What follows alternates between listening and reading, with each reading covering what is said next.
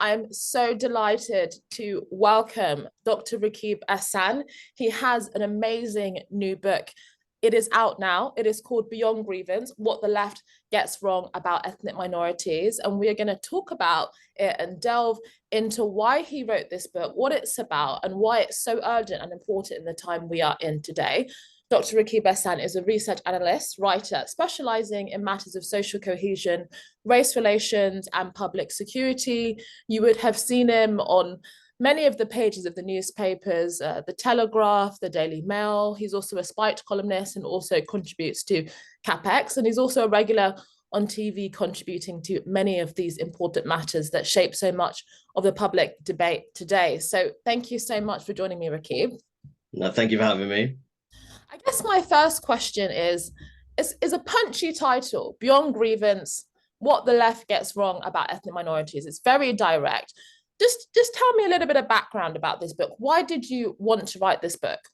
Well, I think one of the main motivating factors behind the writing of this book is I feel that many of the narratives on the so-called liberal left, when it comes to the everyday life of ethnic minorities living in the UK, is overly pessimistic, negative. And I wanted to challenge these doom and gloom narratives, which suggest that our economic, social, cultural, and political systems in the UK are deliberately rigged against its own ethnic minorities, that ethnic minorities are some kind of monolithic, disaffected bloc who are completely distrustful of public and private sector institutions. And one of the things I wanted to write was the fact that many of these narratives are fundamentally flawed.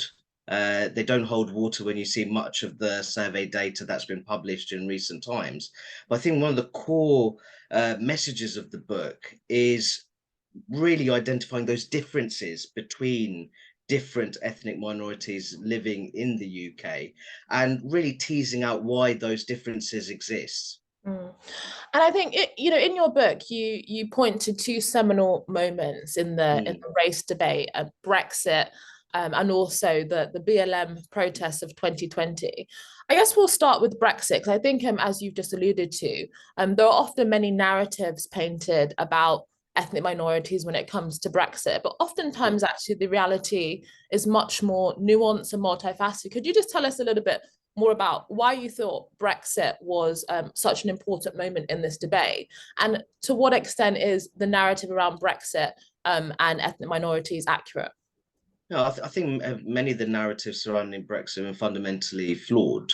I think that there have been some people who have presented Brexit as some kind of racist enterprise, an indication of how popular white nostalgia is in the UK. And I really wanted to challenge that in the book. And it's amazing, and that people are still surprised when I inform them that 1 in 3 ethnic minority Brits voted to leave the European My Union. mum, she voted to leave.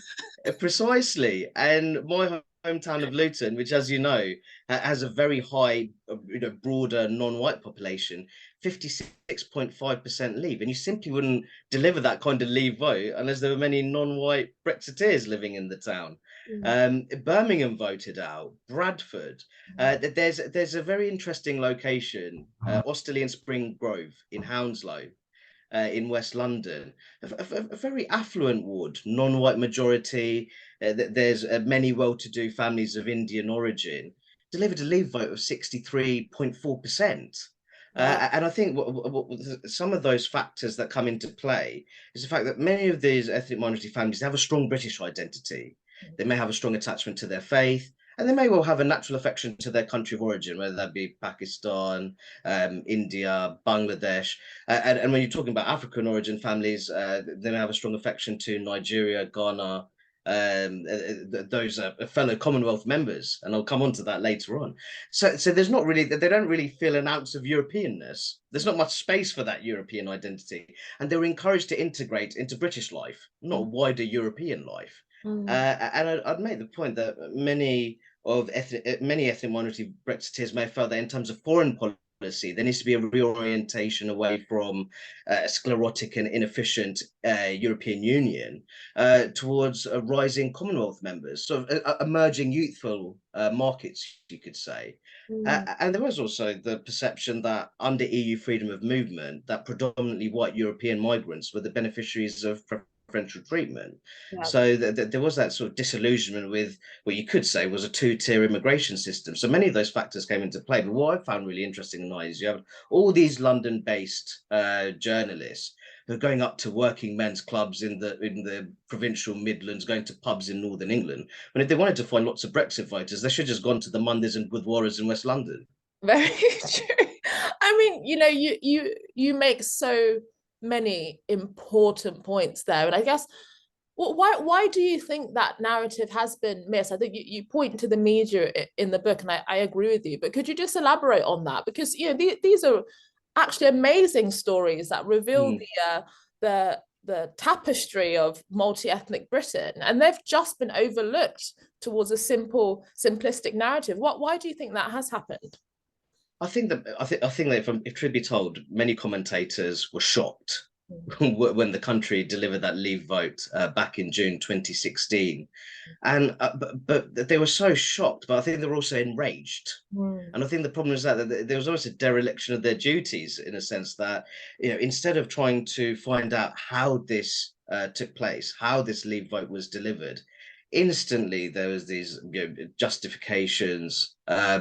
This was ultimately a sort of provincial enterprise, bigoted reactionary throwbacks had thrown the UK out of the European Union, because it was almost it was a form of self-comfort in a sense, and it also provided them with an opportunity to be the sort of moral superiors, you could say.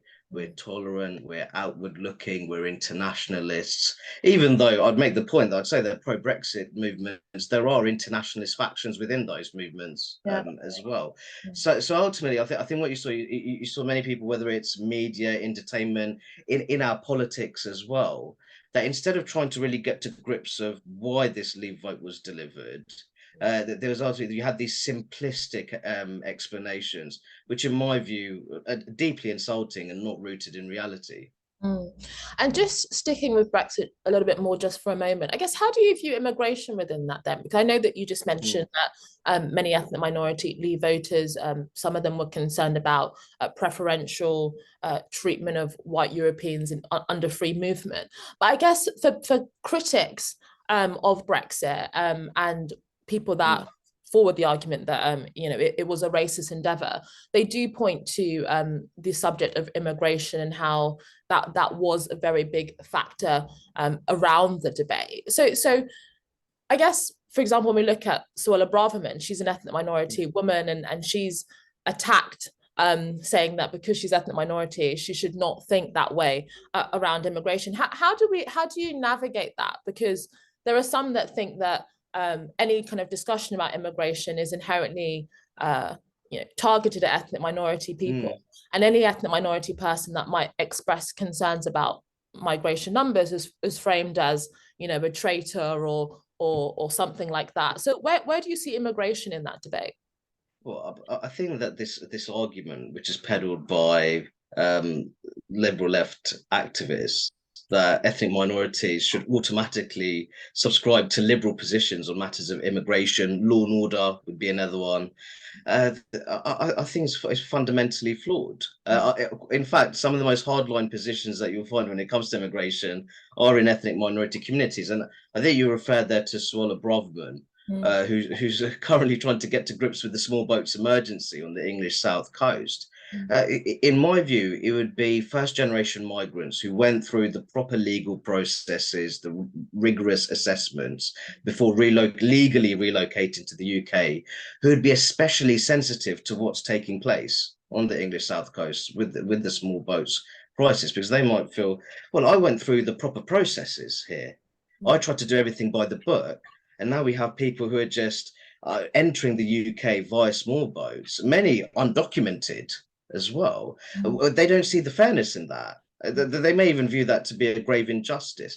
And I think more generally, when you look at recent immigration-related data, or rather public attitudes towards immigration, there are constituencies across the country with non-white majorities where the majority of voters there believe that immigration is too high.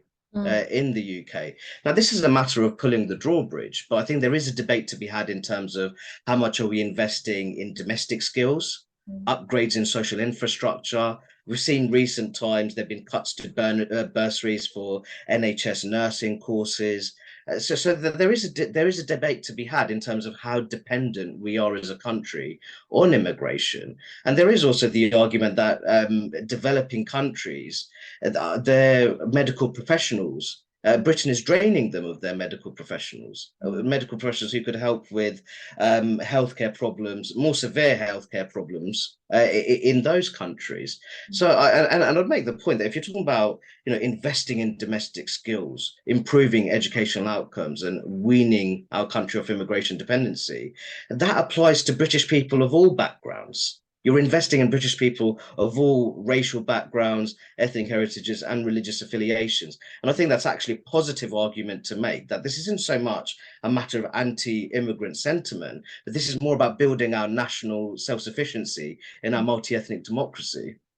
No, I completely agree with you there, Rakib. I mean, the next big point in your book is the Black Lives Matter protests of 2020, and I think for a lot of people that was a kind of seminal moment in the race debate, where certain Black and racial identity politics in general became crystallized and institutionalized across the country.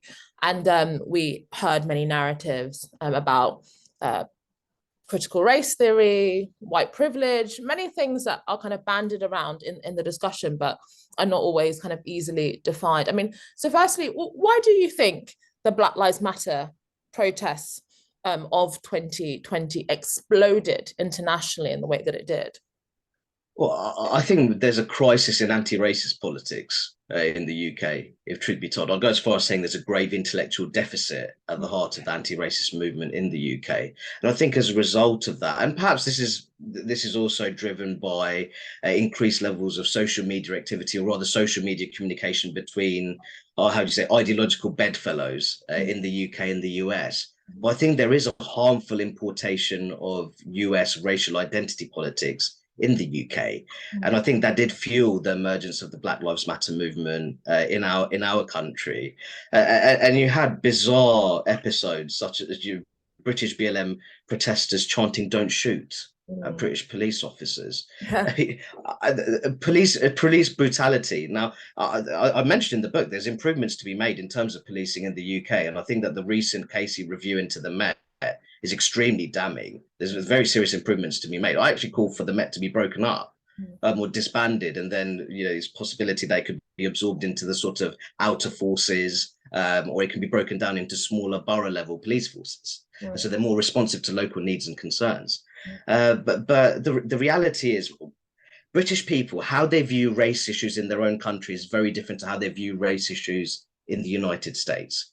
They're more likely to believe that the US is a fundamentally racist society compared to their own, and they're more likely to believe that police brutality is a problem in the United States when compared to whether or not they think that police brutality is a problem in their own country. So ultimately, any UK anti-racist politics that draws inspiration from US culture politics is doomed to fail.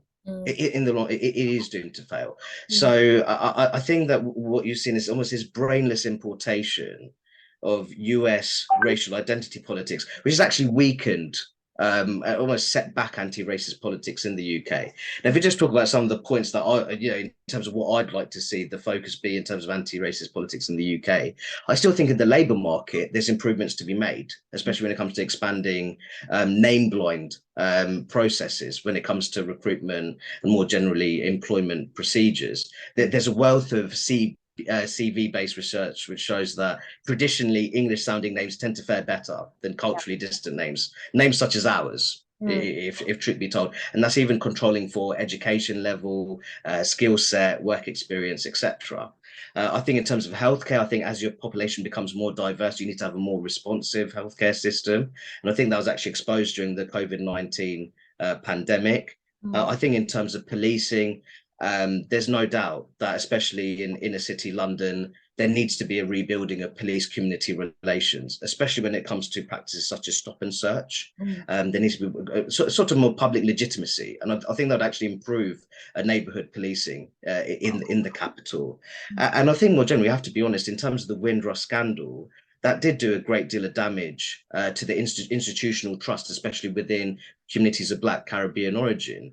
So I don't look at my country through rose-tinted spectacles by any stretch of the imagination. But I think that what we need to move away from is incredibly loaded, divisive debates surrounding race, and then move away from that and towards practical action, which really addresses those legitimate concerns.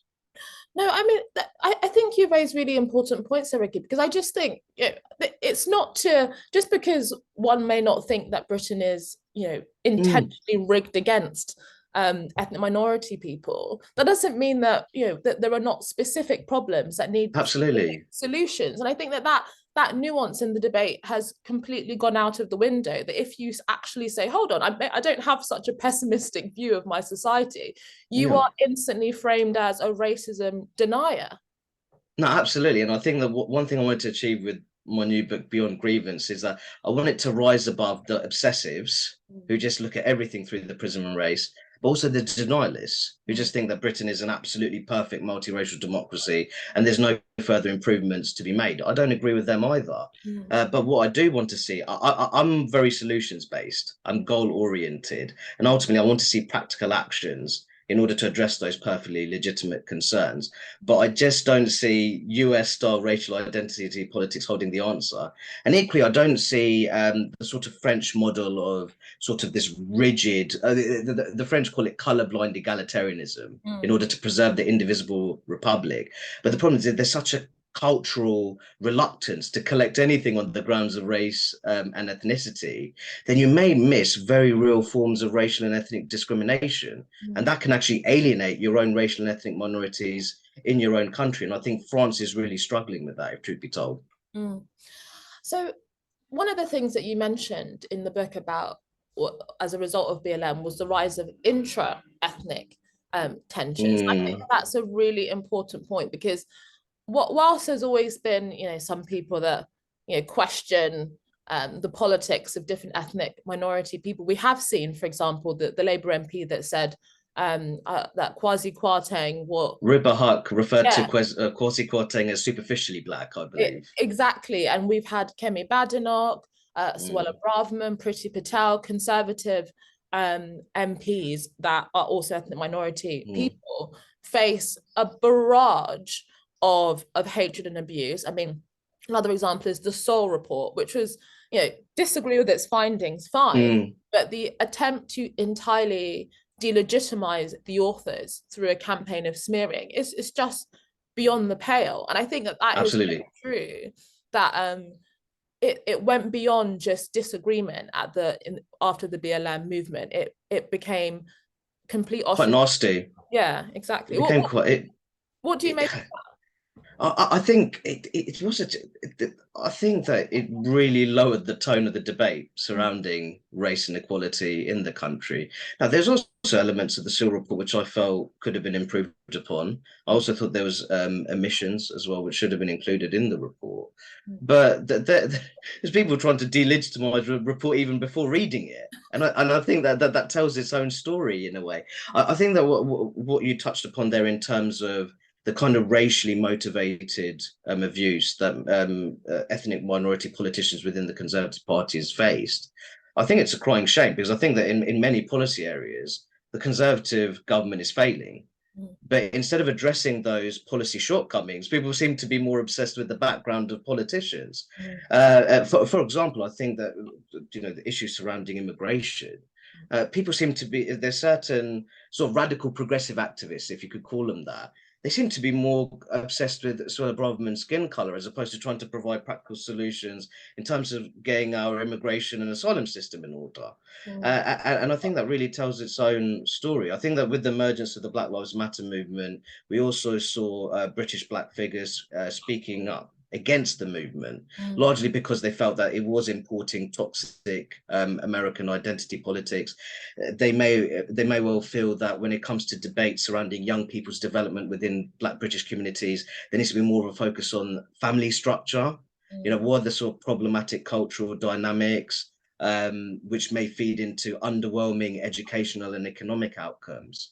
But obviously, people who sort of pro BLM activists, they didn't want to only hear those arguments. They had no interest in engaging with them. But then it sort of gave rise to this sort of intra-Black animosity and hostility as well, which I think was a crying shame, because I think those conversations do need to be had if you really want to get to grips with why particular racial and ethnic disparities exist in modern day Britain. So all in all, I feel that a lot of that racially motivated abuse, I think that it has no place in a multiracial democracy such as our own. And do you think that people are ready to have these kinds of conversations now? I know that there's been like a rise in different platforms, like, you know, whether that's podcasting, but also like places like GB News and others that are more willing to have difficult conversations that the mainstream discourse isn't really having. But there are still many outstanding questions. You alluded to, for example, particular cultural patterns within certain communities. Sure. That I often still feel that in the mainstream, people really still don't want to talk about, or there is people feel very uncomfortable talking about it. And so there is often still a kind of teetering around the edges of really getting to the heart of why, really understanding why certain racialized inequalities persist. I mean, where do you see the current conversation now? I think the conversation is slowly but surely moving in the right direction. And I think that's largely because people feel that they have no choice but to be more courageous in terms of offering a different point of view. And I do think you're seeing a cultural backlash to much of the racial identity politics which has taken hold in the UK in recent times. People know that there's a growing public awareness, for example, that when it comes to England, that pupils of Black African origin perform significantly better than pupils of Black Caribbean origin. Why is that the case? Because these are two co-racial categories. Why is that the case? Are there cultural factors at play? Does it come down to family structure, attitudes towards education? And indeed, there is the argument that first generation migrants who come from countries where their education systems aren't particularly great, the moment they come to the UK, they say, wow, I mean, this is actually quite a decent quality state school system here. I need to grasp the opportunities here. While Black Caribbeans, they're more established in terms of duration. So I think we need to have those debates, and I think there also needs to be a very serious discussion about what I consider to be one of the biggest problems in the country, which is family breakdown. And I don't think it's controversial to say that. I think it's a big problem in the United States as well. The reality is, when you're looking at what shapes life chances and young people's development, family dynamics and the cultural values in your household, they do count for a lot. Now, that's not me saying that, oh, we should completely ignore cases of racial discrimination. I think there's other factors which come into play. I think socioeconomic deprivation, quality of public services in your local neighborhood, they all come into play. But that's the point. There's a variety of social, cultural, and economic factors which shape life chances. But at the moment, I think that we're seeing a debate which is going in the right direction. But you're also seeing people who want to keep it firmly nestled in that sort of racial identitarian space. But that actually weakens our social policy debates. And I think that if we're very serious about young people making progress in life in modern day Britain, we have to understand what works and what doesn't work. And my final point and my final question on that point about culture, because I think that crosses racial and ethnic lines. I mean, post-industrial communities in the north of England where there's intergenerational deprivation, how do we practically raise aspiration and people's horizons, even, and that is a problem, you know, in different communities. Because I think that, I guess some people think, oh, when people talk about culture and they say, oh, you're kind of blaming communities, when actually it's really difficult when you have a whole range of compounding factors. You talked about, like, you know, health service challenges, underinvestment in certain education. Whilst you do have that kind of those get up and go ethnic minority people, in terms of a wider cultural cultivation of agency, it is a really difficult challenge. And maybe that's why we have had the problem of the performative over the real material practical, because the real material practical is hard, and we don't want people don't want to do hard things. Formulating practical and effective action is not easy. And as you say, if you could, this sort of performative identity politics is very easy to indulge in. It doesn't require much effort, if truth be told. And as you say, there's many sort of left behind communities in the country which are predominantly white British, which is why I really think we need to do away with white privilege theories, because I think under the sort of US style intersectionality, the white male is seen as, you know, the embodiment of advantage and privilege. But the reality is that when you look at educational outcomes, it's white working class boys who are not faring very well. So intersectionality does allow us to make that point. But I think that we need an intersectionality where we understand what's actually taking place in our own British communities. I think in terms of how do you go about this, it's going to take time, and a lot of the positive changes we want to see will not be secured overnight. I think that the government was on the right track when it talked about levelling up, you know, investing in communities, whether that, you know, academic or vocational education, trying to develop skills, apprenticeships, which should even act as a springboard to not only well-paid jobs, but even university courses. None of that has really happened. And I think that shows that we are some way behind when it comes to really addressing these structural challenges. But I think that one of the things that would be very helpful is that if we have an equality policy in place, which understands that two of the biggest problems that we have in this country is family instability, and the fact that we are one of the most regionally unequal industrialized countries in the world. I think that's the truth of it. When you look at the degree of regional inequality in the country, that really needs to be addressed. So I think that we need to continue having these debates, but having the debates is not enough. We need to start, you know, producing practical solutions to these very real problems. And that is exactly what your book is doing. So thank you so much, Dr. Rakib Ehsan, for joining us. Everybody buy this book. It is available now, Beyond Grievance, What the Left Get Wrong About Ethnic Minorities. Thank you. Thank you for having me.